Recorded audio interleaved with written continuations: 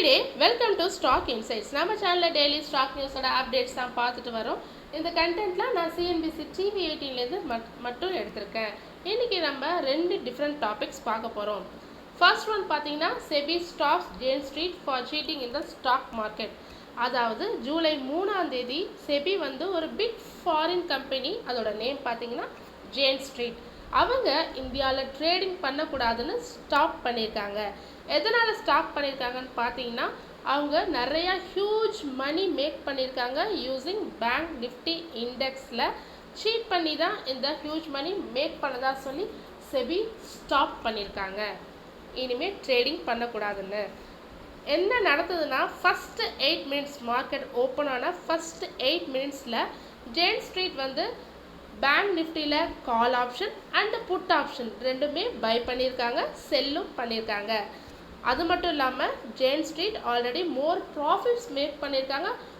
மோர் தென் 36,500க்கு மேலே இருக்கலாம்னு சொல்லியிருக்காங்க. பிட்வீன் த பீரியட், அதாவது 2 இயர் பீரியடில் சொல்லியிருக்காங்க. ஜான்வரி 2023லேருந்து மார்ச் 2025க்குள்ளே 36,500 crore ஓவர் ப்ராஃபிட் மேக் பண்ணியிருக்கிறதா சொல்லியிருக்காங்க ஜேன் ஸ்ட்ரீட்.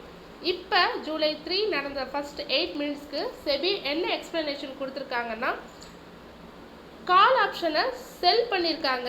மார்க்கெட் கீழே போகிறது மூலமாக கால் ஆப்ஷனை செல் பண்ணியிருக்காங்க. அதுலேருந்து மோர் மணி ப்ராஃபிட் மேக் பண்ணியிருக்காங்க.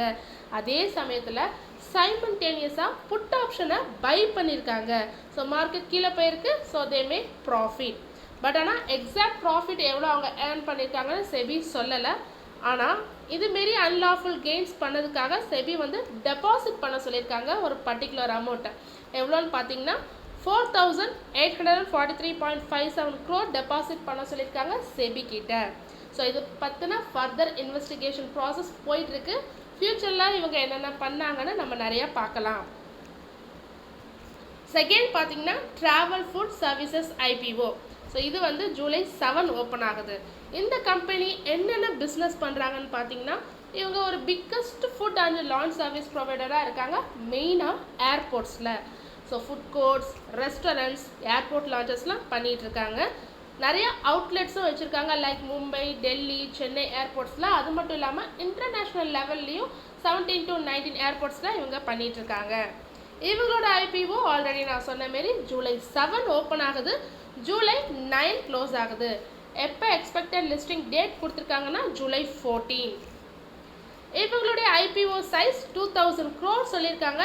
எதுவுமே ஃப்ரெஷ் இஷ்யூ கிடையாது, ஆஃபர் ஃபார் சேல் மூலமாக தான் வருது. அதாவது எக்ஸிஸ்டிங் ஷேர் ஹோல்டர்ஸ் தான், அதாவது ப்ரமோட்டர்ஸ் தான் செல் பண்ண போகிறதா சொல்லியிருக்காங்க ஷேர்ஸை. ஐபிஓட ப்ரைஸ் பேண்ட் 1,045லேருந்து 1,100 per ஷேர் வரைக்கும் இருக்குது. இவங்களுடைய grey market premium July 5 night என்ன இண்டிகேட் பண்ணிகிட்ருக்குன்னு பார்த்தீங்கன்னா 92 indicate பண்ணிகிட்ருக்கு.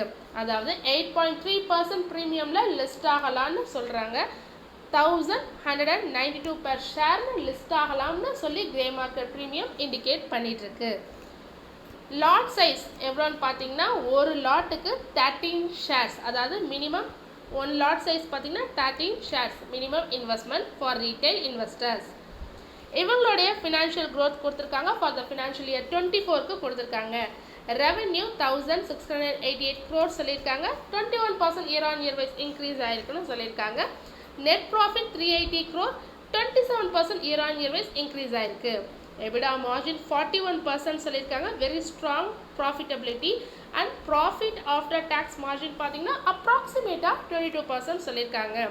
Return on equity ROE அப்ராக்சிமேட்டாக 18% சொல்லியிருக்காங்க. ஸோ எஃபிஷியன்ட் யூஸ் ஆஃப் ஈக்விட்டின்னு சொல்லியிருக்காங்க.